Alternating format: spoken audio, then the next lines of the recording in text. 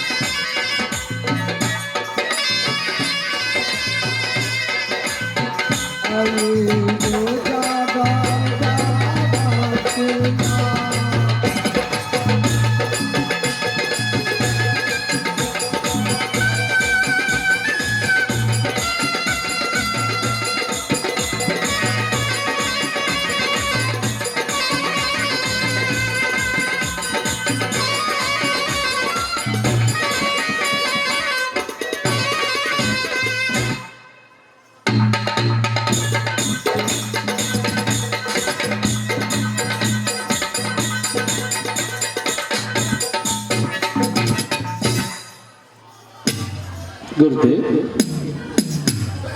ये क्या बात है गुरुदेव? मैंने आपकी नाम की मैंने ये तपोवन जंगल में हजारों करोड़ों वर्षों से मैंने धुनी रमाते थे। आपकी नामों मैंने लिंक मैंने कभी इस तपोवन जंगल में मानव नाम का चीज नहीं देखा था, लेकिन आज क्या जाने मेरे कुटिया में मेरे नाक को मुंह और कानों से कुछ दीवार खर पतार छेद दिया था, मेरे कुटिया में जंगल झाड़ छेद दिया था, लेकिन ये नारी सारा खर पतार सर सफाई करके कुटिया की साफ करके मेरे चरणों की सेवा कर रहा था। जो जंगल में न कहीं से आने की रास्ता है, न यहां से जाने की रास्ता है, और जो भी मानव आएगा तो लौट कर नहीं जा सकते, क्योंकि इस जंगल में जानवर से भरा रहता है। लेकिन ये कौन सा नारी है जो मेरे कुटिया तक पहुंच गए हैं? गुरुदेव, मुझे बताइए गुरुदेव, ये कौन है? क्यों मेरे चरणों की सेवा कर रहा था? क्यों इतने विलाप कर रहा था? क्यों मेरे कुटिया को सर सफाई किया था? कौन है गुरुदेव? मुझे बताइए गुरुदेव, मुझे बताइए, मुझे बताइए गुरुदेव, मुझे बताइए।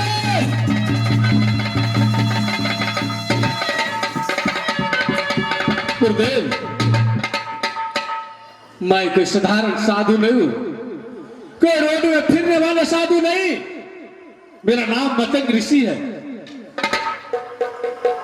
मैं किसी नारी को बस में बहलाने की कोशिश नहीं करूंगा। ये नारी कोई माया रूपी है, साधु को बहलाने के लिए चाहते हैं। ये कदापि नहीं हो सकता है। गुरुदेव मुझे बताइए, बताइए गुरुदेव।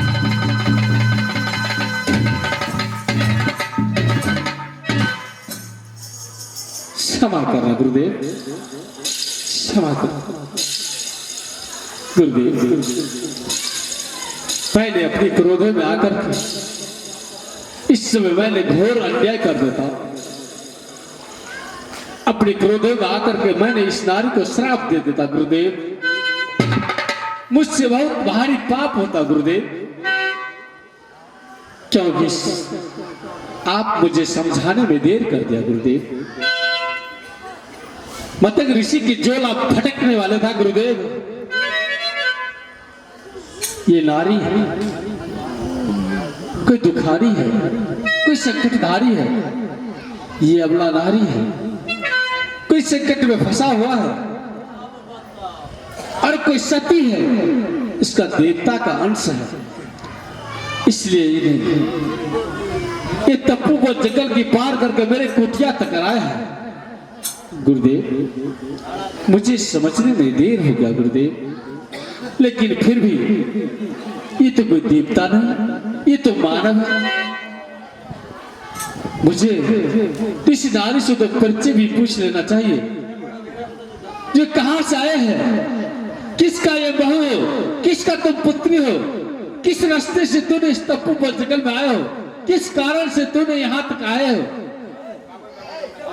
बेटी प्रणाम बाबा। कल्याण रहो बेटी, सदा सुखी रहो बेटी। हाँ बाबा। तुम मुझे ये बताओ, इस तप्पू पर जंगल में तुम किस रास्ते से आए हो, कैसे आए हो, और कहां से आए हो, किसका तुम बहू हो, किसका तुम पुत्री हो, किस कारण से तूने इस तप्पू पर जंगल में आए हो, और किस कारण से तूने मेरे कुटिया की सर सफाई करके मेरे चरणों की सेवा कर रहा था। पुत्री मुझे बताइए। बाबा जब आप पूछे के लिए मैं तैयार थी, आवाज कह के सुनाए। चंद्र घर हमार नया रही थी। पिताजी के नाम राजा चंद्रसेन, सासुर पर ये शहर गुजरात, ससुर के नाम राजा उग्रसेन, सासू के नाम सती माना, ननद के नाम सती बिरमा। यह स्वामी के नाम संसार में यह क्यों न लिया हमको न, यह हमरे नाम थी सती चंद्रा। एक समय की बात, जब 14 रानी शहर गुजरात में छिला, एक बैकुंठ से नारद बाबा एक फल लगे, 13 सेकंड फल ग्रहण के लाग, या हम छिलका चाटला या आम रह गए,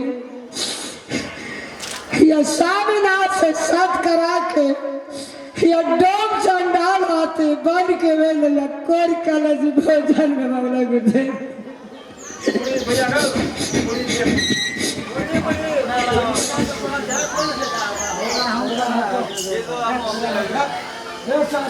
राजा गोपी चंद्र, मैंने अपने कानों से सुना था, आंखों से देखा नहीं था।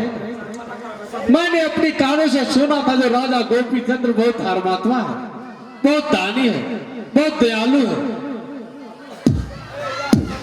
लेकिन नहीं, ये तो बहुत भारी चंडाल निकला है, जो अपनी सती ब्याही की डोम चंडाल के हाथों तप्पू को जंगल में भेज दिया है, और डोम चंडाल के आदेश दे दिया है कि उसको कोर कलेजी काट करके मेरे पास लो।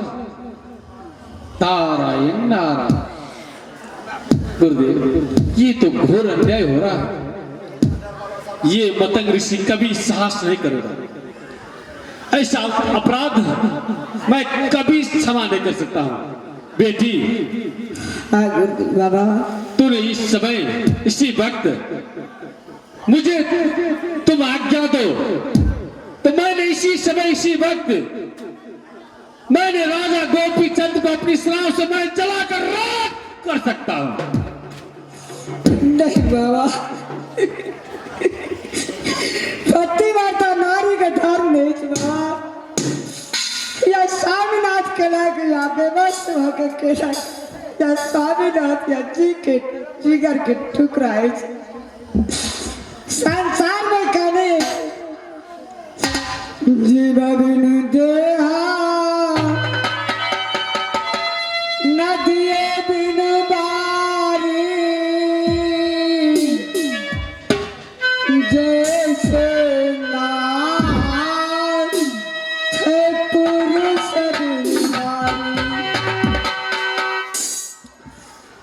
भामेरा व्याकुल मधुरा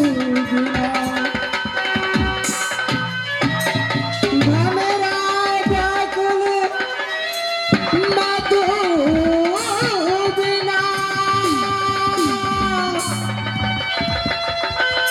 कोयल बिना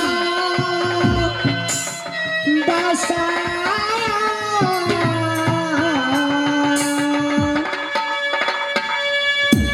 हम व्याकुल एक पति बिना जानत है भगवान। बाबा संसार में यह स्वामीनाथ जी केला लेकिन पतिव्रता नारी के धर्म लिए यह स्वामीनाथ के कुछ सवाल सुन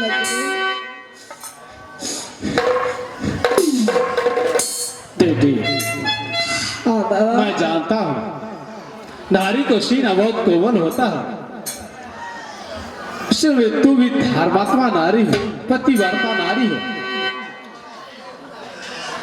तुम्हारा पास और तुम्हारे पति ने बहुत कष्ट दिया है, लेकिन फिर भी तुम अपनी पति को इतनी कष्ट देते हो, अपनी पति को तूने क्षमा करते हो। तुम सत्यवादी नारी हो, तू धर्मात्मा नारी हो बेटी। धन्य हो तुम्हारे माता पिता की जो तुम्हारे जैसे पुत्रों की पैदा किया है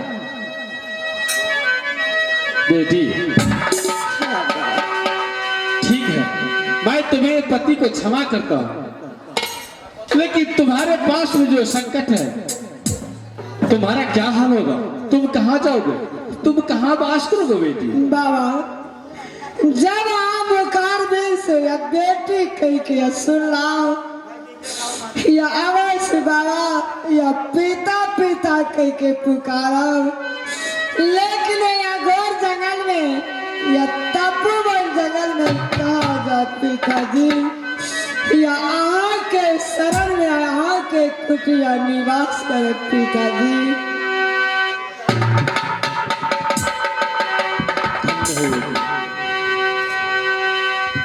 बेटी हाँ पिताजी, मैं तो साधु हूं और इस तपोवन जंगल में मैं निवास करता हूं।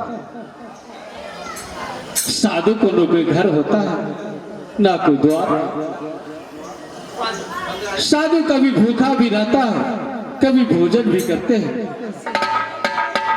मैं तो तुम्हारा पुत्री स्वीकार कर लूंगा, लेकिन साधु को पास में तो बहुत संकट होता है। क्या तुम्हें उतने संकट काट कर रख सकते हो बेटी? पिताजी या कोई संकट या जते दुख पिता की आंख से या उतने दुख सारे वाली हमसे पिताजी, लेकिन आज सिवाय कहीं नहीं जा सके पिताजी।